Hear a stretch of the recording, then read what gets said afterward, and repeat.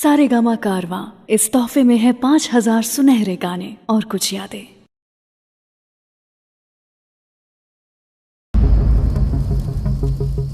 सरपंच जी आज आई कि ना? अगर वो आज ना आई तब भैया ओकरा घरे चल के पंचायत लागी।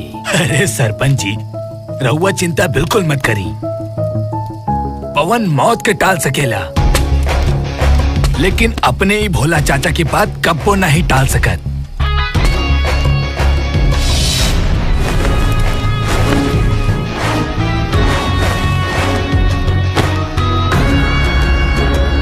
कैसन बड़ा पवन बेटा? ठीक बनी चाचा। चंचल के भाई के कत्ल ना होके के चाहत रहे। ये बात पहले ही तय भइल रहे कि अब के चुनाव में कोनो खून खराबा ना होई। आपसी दुश्मनी के हम समाप्त करब, ये बात पे हमने के समझौता भी भई रहे। चाचा दुश्मनी निभावे के टाइम के कराबा, यहाँ तो मोहब्बत कैले भी जमाना हो गइल बा। दुश्मनी में ही तुमने मेरे भाई को मार दिया, वरना चंचल की जगह आज भैया बैठे होते यहाँ पे। यकीन रख हमरा पे भी और हमरा मोहब्बत पे भी। हम ना मर ले तोरा भाई के। चेहरे पे मासूमियत और पीठ पीछे आग बरसाने में माहिर है तू। गिरगिट की तरह रंग बदलना तो कोई तुमसे सीखे। रंग तो थोरो बदल गइल बा अब।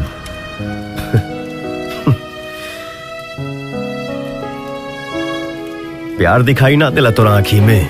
भाई मरा है मेरा, लाश देखी है मैंने। चुप चुप चुप। नाम पर दाग चिता के आग से कम ना होला। मन तो करता है कि अभी तुम्हें ठोक दूं। बस करा जा, यहाँ कोनो खून खराबा ना होई। सरपंच चाचा, आज तो आपने हमें रोक लिया, मगर हमारे यहाँ खून का बदला खून से लिया जाता है। अब क्या उखाड़ लोगे तुम हमसे बगावत करके? हम तो बर्बाद हो चुके हैं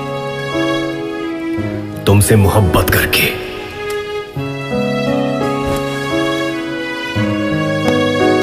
चलो सही चाचा। ठीक बा बेटा, इंतजार रही।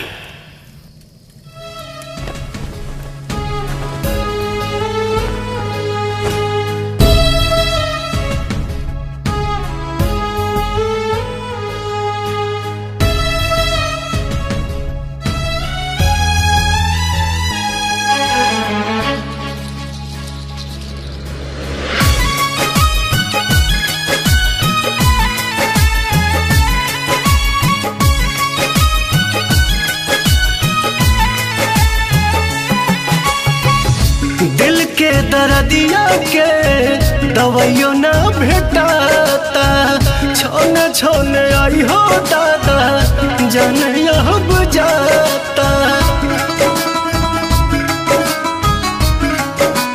हाँ, दिल के दर्दिया के दवाइयों ना भेटाता, छोने छोने आई हो दादा जाने अब जाता।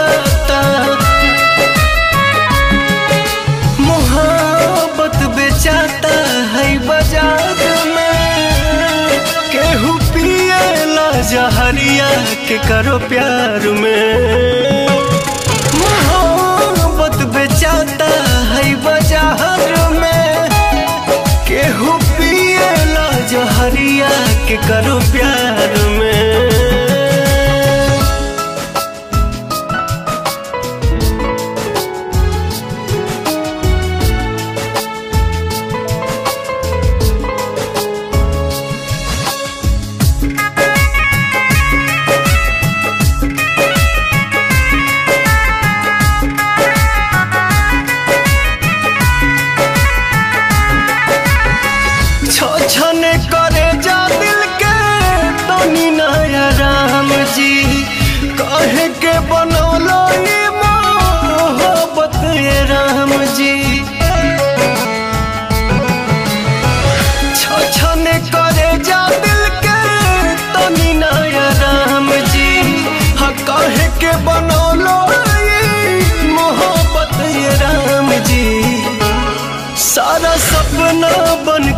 आंसू बहे धार में, केहू पिएला जहरिया के करो प्यार में। सारा सपना बन के आंसू बहे धार में, केहू पिएला जहरिया के करो प्यार में।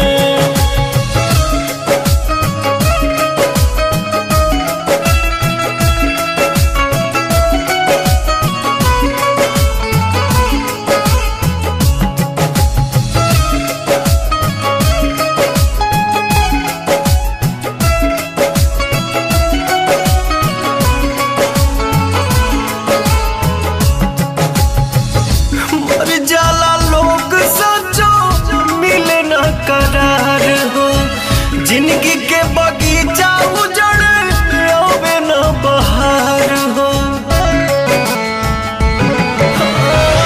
मर जाला लोग सोचो मिले न करार हो। जिंदगी के बगीचा उजड़ आवे न बहार हो। पवन सुना लगे के बा संसार में, केहू पिएला जहरिया के करो प्यार में। मोहब्बत अब बेचाता है बाजार में, केहू पिएला जहरिया के करो प्यार में।